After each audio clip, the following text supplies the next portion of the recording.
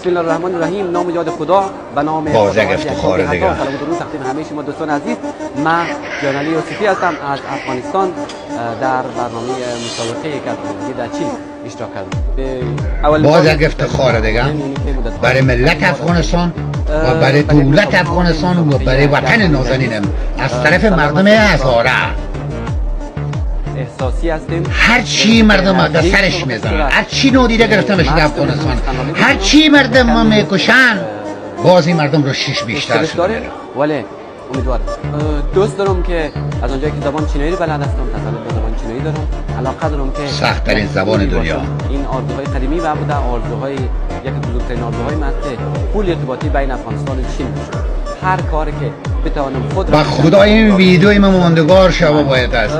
یادتان باشه من میمیرم شما زنده هستین، سعی کنین این ویدیو را. رشد افغانستان، پیشرفت افغانستان دست همین مردم است.